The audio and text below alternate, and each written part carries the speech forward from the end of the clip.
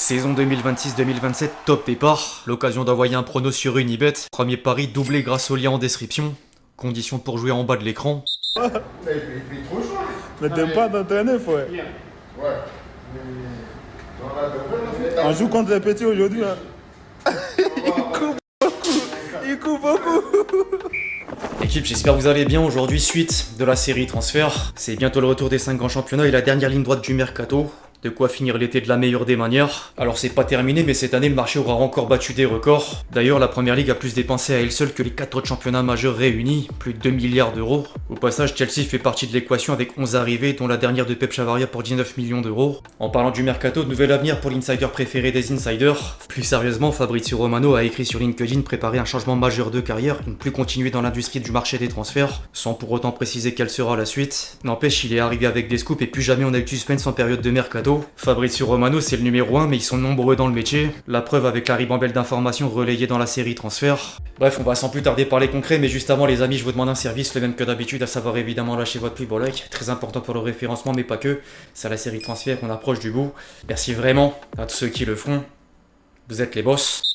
On entre dans le vif du sujet en France avec le Paris Saint-Germain, on passe d'enregistrer 3 arrivées. Après avoir soulevé la Super Coupe d'Europe, le PSG a accéléré sur les dossiers Suzuki, Ferran Torres et Mika Götze. Le gardien japonais devrait même signer pour 35 millions d'euros dont 5 de bonus, sans être prêté à la Juventus. La vieille dame s'est retirée des négociations face au changement de position des dirigeants parisiens. Luis Enrique voudrait finalement laisser une chance à Suzuki. De quoi placer Lucas Chevalier devant 2 issues, demander un départ ou être gentiment poussé vers la sortie. En parallèle, le champion du monde est attendu pour signer un contrat de 5 ans suite au feu vert du Barça sur une offre proche de 50 millions d'euros. L'attaquant belge polyvalent pourrait quant à lui débarquer plus tôt que prévu. L'Ajax vient d'accepter une proposition de 55 millions d'euros bonus compris. En parlant de Mika Götze, plusieurs sources ont fait un lien au potentiel départ de Barcola. L'ancien lyonnais s'est entendu avec Liverpool sur les termes d'un contrat, mais le club anglais n'a encore rien envoyé au PSG. Le double champion d'Europe pourrait fixer le prix du joueur à 150 millions d'euros. Au passage, Luis Enrique et Nasser Al-Khelaifi viennent tous deux d'évoquer la situation de Barcola. Je cite: « Je ne sais pas et je ne veux pas parler individuellement d'un joueur parce que c'est toujours dangereux quand vous demandez quelque chose de positif ou négatif sur un joueur. Moi je reste concentré sur mon équipe, on travaille avec calme, on ne parle pas trop, tous les joueurs sont importants. La question de s'il va partir à Liverpool, la réponse c'est un joueur du PSG. On va voir ce qui va se passer pour lui. Vous les médias vous parlez beaucoup, vous savez tout, mais moi je ne parle pas. » Ils sont restés assez évasifs sans pour autant démentir les différentes informations. A noter qu'en plus de Barcola, Liverpool ferait de Mbaye une option pour remplacer Gakpo pressenti à Tottenham. En dehors des dossiers forts, sinon la presse italienne stipule que Nasser Al-Khelaifi a ciblé Koubarsi pour succéder à Marquinhos. Va bientôt falloir préparer l'avenir. Les dirigeants parisiens ont également reçu une réponse du MHSC concernant la signée Maignan Pavé. Laurent Nicolin s'est montré catégorique. Je cite: « Ce joueur n'est actuellement pas à vendre. À part une offre mirobolante ou irrefusable, il sera chez moi. C'est certainement le 2010 le plus talentueux de sa génération. Pour une fois, ça nous tombe dessus. Tant mieux, alléluia, grâce à Dieu, merci. Il est encore jeune, il doit apprendre, travailler et progresser. Il est très bien entouré par sa famille et nous essayons aussi de l'encadrer le mieux possible. Il y a un emballement depuis 2 jours parce que c'est le Paris Saint-Germain, mais beaucoup d'autres clubs étrangers le suivent depuis 1 ou 2 ans. C'est un juste retour de notre formation. On est très heureux. Maintenant, plus longtemps il sera chez nous, mieux c'est. Ce qui est sûr, c'est qu'il ne va pas passer 20 ans chez nous. C'est valorisant que l'un des plus grands clubs européens, voire mondiaux, regarde notre formation et s'intéresse à notre joueur. Mais à moins d'une offre totalement irrationnelle ou totalement irrefusable, la ciné ne partira pas. Ça fait 2-3 ans qu'il est suivi. C'est un joueur qui est amené dans les prochaines années à partir dans l'un des plus grands clubs espagnols, allemands ou anglais. Ces 3 championnats sont polarisés sur lui. C'est le meilleur joueur de sa génération, le capitaine de l'équipe de France U16. Je ne fixe pas de montant parce que je ne suis pas vendeur. Fin de citation. On enchaîne sur les autres clubs français avec un premier détour chez le rival historique. Après avoir vendu Medina au Bayer Leverkusen et Geronimo Rulli à Manchester City, l'OM a prévu d'autres départs pour atteindre les 100 millions d'euros de recettes promises aux régulateurs financiers. Les dirigeants marseillais ont mis une grande partie de l'effectif sur la liste des transferts, mais certains joueurs sont en train de poser problème. Højbjerg était annoncé à Newcastle avant que le milieu danois fasse capoter l'opération. De quoi rendre furieux Frank McCourt, surtout qu'il a le plus gros salaire du club olympien. En plus d'Højbjerg, Aguerd vient d'avoir la même finalité. L'international marocain devait rejoindre la Real Sociedad avant un nouveau revirement à l'étape de la visite médicale. Derrière les 2 premiers échecs, Harit, Gouiri, Paixão et Timber ont fait part de leur envie de rester à Marseille. Balerdi est quant à lui dans le viseur de Bologne, mais l'OM voudrait au moins 20 millions d'euros, une somme jugée trop importante par le club italien. Au niveau des arrivées, sinon, la direction marseillaise a lancé les pistes de l'ancien lyonnais Lucas Perry et l'arrière droit américain Joe Scaly. En parlant d'un ancien lyonnais, l'autre olympique devrait encore bouger sur le marché. Après avoir prêté Mangala à Retafe et Molebe à Lausanne, l'OL est en passe de signer Atekame sous la même forme. En parallèle, Malik Fofana a plusieurs prétendants dont la Roma. Le club de la Louve s'est positionné sur Rodrigo Mora, mais le FC Porto serait difficile en négociation. De quoi faire de l'attaquant belge une alternative. Après avoir récupéré Jorgensen en prêt et Fabio Baldé contre 7 millions d'euros, le Racing Club de Strasbourg est sur le point de recruter Jacobo Ortega pour 10 millions d'euros. En parallèle, 3 joueurs sont sur le départ. En plus de céder Ouattara à Ipswich contre environ 20 millions d'euros, le RCSA est attaqué par le RB Leipzig dans les dossiers Moreira et El Mourabe. Le club allemand aurait même trouvé un accord avec les deux pépites. Du côté de Monaco, Lamine Camara a tapé dans l'œil de la Premier League. Le milieu sénégalais est ciblé par Crystal Palace, Chelsea, Nottingham Forest, Manchester United ou encore Liverpool. Balogun pourrait quant à lui filer à Tottenham. L'international américain s'est mis d'accord avec le club anglais. En parallèle, l'ASM a coché le nom de l'ailier algérien Guy Jemis. Le voisin niçois est encore assez calme, du moins pour l'instant. Après avoir prêté Kevin Carlos à Cagliari, l'OGC Nice a avancé quelques dossiers, entre Wai pour un retour définitif, Ngoumou vers un transfert gratuit et plusieurs profils pour pallier la blessure de Laurent Abergel, dont Magnetti, Chotard ou encore Le Penant. Dans le reste des informations autour de la Ligue 1, le Racing Club de Lens a prolongé Gagnou jusqu'en 2030 avant d'acter l'arrivée de Franjo Ivanovic en prêt sans option d'achat. Le voisin lillois est toujours cité pour Boadi et Fernandez Pardo. L'international marocain devrait rejoindre Manchester City pour plus de 100 millions d'euros et le club nordiste fait droit Recestero une option pour lui succéder au milieu de terrain. En parallèle, l'Atlético Madrid a offert 35 millions d'euros pour l'international belge, mais Olivier Létang voudrait près du double. Le Stade Rennais a vendu Brelem Bolo à l'Atlanta United pour environ 15 millions d'euros. Derrière, le club breton est toujours en négociation avec Fulham pour Aïd Boutlal. En parlant de club breton, le FC Lorient s'est fait prêter Noam Bamba.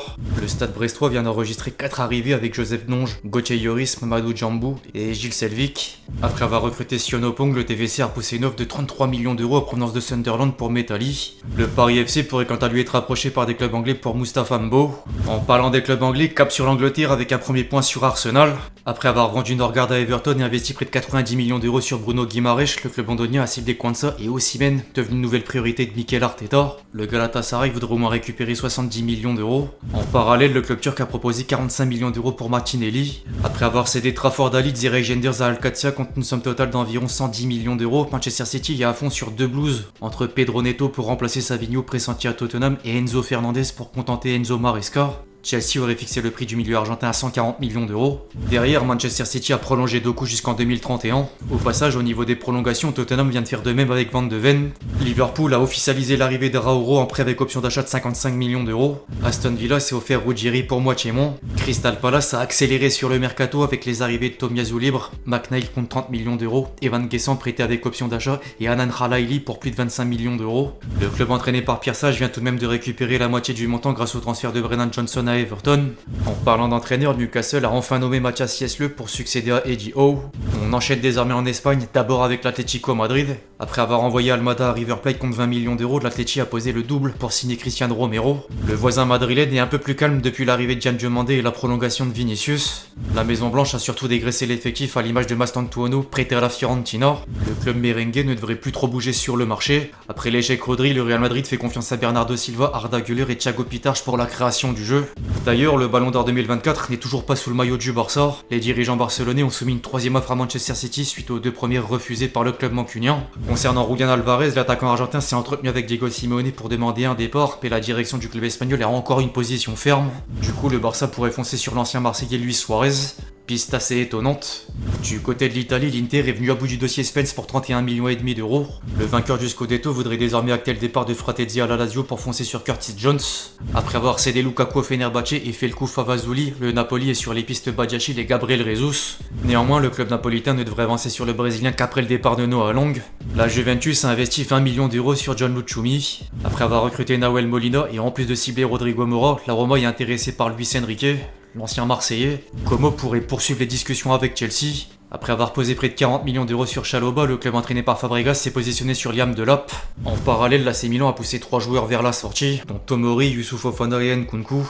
Pour boucler la boucle, en Allemagne, le Borussia Dortmund a tenté le coup à El Malin en faisant une offre d'environ 50 millions d'euros bonus compris. Néanmoins, Cologne voulait le même montant en frais fixes et le BVB s'est finalement retiré du dossier. Quant au Bayer Leverkusen, après avoir attiré Miguel Gutiérrez contre 26 millions d'euros, le club allemand a trouvé un accord avec Moussa Diaby. Un potentiel retour en vue pour l'attaquant français. Dans les derniers officiels, désormais TJ Savani a rebondi au FC Metz. Hull City s'est offert 3 joueurs en quelques jours, dont Zokalis et le duo défensif Nobel Mendy Harrington pour une somme totale d'environ 60 millions d'euros. Nottingham Forest a déboursé 20 millions d'euros de moins pour signer Ousmane Diomandé. Fulham s'est attaché les services de Chicharles pour un montant similaire. Coventry a mis 30 millions d'euros sur Irenki. Manchester United fait prêter Bayendir au Celta Vigo. Lucas Zidane est transféré à Leganés. L'Atalanta a investi 25 millions d'euros sur Christensen. La Fiorentina mettait presque autant sur Pellegrino. La Viola a dans le même temps cédé Piccoli à Bologne contre 20 millions d'euros. Dina Ebimbe est transféré de Francfort à Schalke. Stuttgart a posé 25 millions d'euros sur Pecinovic. Mohamed Salah s'est bel et bien envolé pour la Turquie à Trabzonspor. Vlahovic a suivi le mouvement en allant au Beşiktaş libre de tout contrat. Nabil Fekir est parti en Arabie Saoudite à Abba Club. Chancel Mbemba et Idrissa Gueye ont pris le même chemin mais à Diriyah Club. Enfin, des nouvelles de deux anciens du Barça partis en MLS. Sergio Roberto a rejoint le LA Galaxy. Alexis Sanchez s'est quant à lui engagé avec le CF Montréal. Le joueur chilien a désormais 37 ans. Enfin bref, l'équipe, c'est tout pour cette vidéo sur les dernières informations autour du mercato estival. J'espère qu'elle vous a plu. Je compte sur vous si c'est le cas pour lâcher votre plus beau like, comme d'habitude. N'hésitez pas à me donner vos avis dans les commentaires. Puis d'ici là, on se retrouve très vite sur la chaîne pour de nouvelles vidéos. C'était Lexti. Ciao ciao.